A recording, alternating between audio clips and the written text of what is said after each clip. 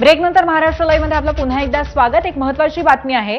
भिवंडी शहरातल्या कामतघर इथे अनधिकृत गॅस सिलेंडर गोदामावरती छापा मारण्यात आलाय। एजिस गॅसचा अनधिकृत साठा जप्त करण्यात आलाय। एक ट्रक 3 टेम्पोने भरलेला गॅस सिलेंडर इथे जप्त झालेले आहेत। आपण अधिक माहिती घेऊया।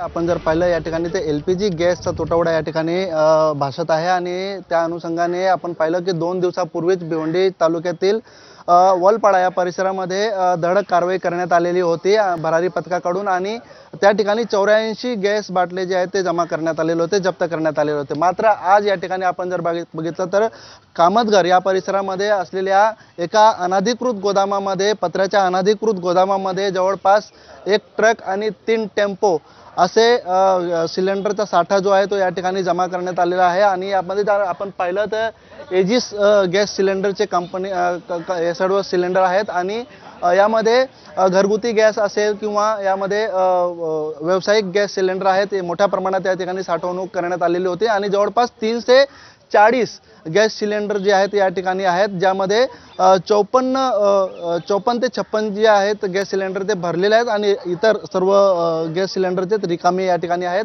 अधिकारी वर्ग या ठिकाणी आहे आणि जवळपास या ठिकाणी आपण पाहिलं तर मोठी कारवाई या ठिकाणी म्हणावी लागेल। त्या गेल्या 2 ते 3 दिवसामध्ये या ठिकाणी ही दुसरी कारवाई भिवंडीत म्हणावी लागेल।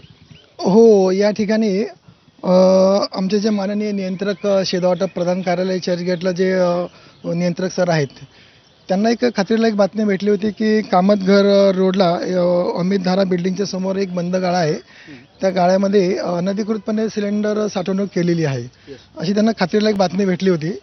त्या अनुषंगाने त्यांनी फळ परिवहन ठाण्याचे जे उपनियंत्रक आहे माननीय प्रशांत काळे सर यांच्या पथकाला पण त्यांनी इन्फॉर्म केलं आहे। त्या हिशोबाने प्रधान कार्यालयाचे पथक आणि परिमंडळाचे पथक आणि इथले शीतवाटप अधिकारी आणि त्यांचे अधिकारी हे या ठिकाणी संयुक्त कारवाईसाठी आले आहेत। या ठिकाणी आम्ही